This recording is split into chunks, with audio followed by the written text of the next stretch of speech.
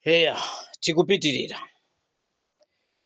Zimenezi ndi zomwe ife takhala tikuwunikira m'dziko lathuli kunena kuti zinthu zomwe zimachitika m'dziko lathu la Malawili ifeyo achayina kefe tikamangoziyang'ana pomwe kuli anyamata ena amene amangosekerera zinthu ngati zimenezi amene amazitcha okha kuti ife ndi omenyera ufulu koma kuli kukupeperesani Amalawi.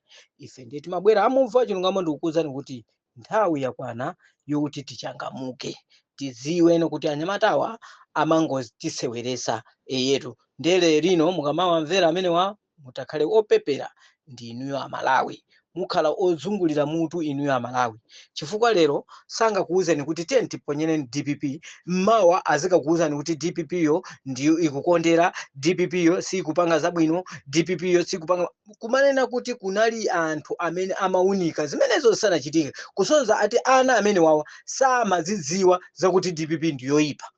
Mwayiona amene ndikuti anthu amenewo ndikumati kuti ife ndiye timayima pa chilungamo ife timayima ndi Amalawi ife sitimayima ndi chipani ife, ndiye kumanena kuti anthu nanga tisakuziwa chomwe chingachitike pammawa pake, ndikuti anthu amenewo ndi anthu akuti akhoza kukuthandizani inuyo Amalawi. Ifetu timayima pa chilungamo, sitimayembekezera munthu wina akati imbire m'manja, tilibe nazo ntchito zotiyimbira m'manja, timapanga mabizinesi athu amene timakwanisa kupeza ndramazo, timapeza ndrama, timagawana ndi azibale, komanso timatha kumagula ma airtime ndikumakutumikirani Amalawi. Akufuna kwabwino okha amangodzipereka okha ndikumatitumizira ma units, ndikumanena kuti ayi makomredi mumagwira ntchito yotamanika eni ma airtime awa. Zimenezo ndi zomwe ife timakhulupirira ku muvi wa chilungamo.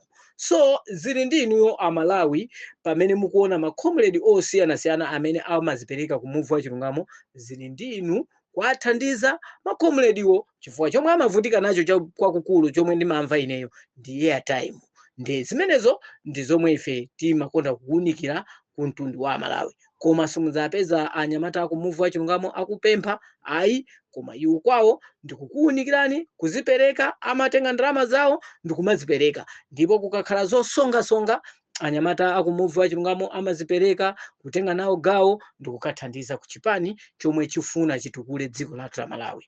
Ndi ifeyo kwakukulu kwake tinayima pa chilungamo chokuti dziko lathulo lizabwere transform, lizasinthe dziko lathu. Likazasintha dziko lathulo ifeyo tidzakhala okondwa kwambiri m'dziko mwathumo, koma tiyapewe ana amene asakuziwa chomwe akuchita.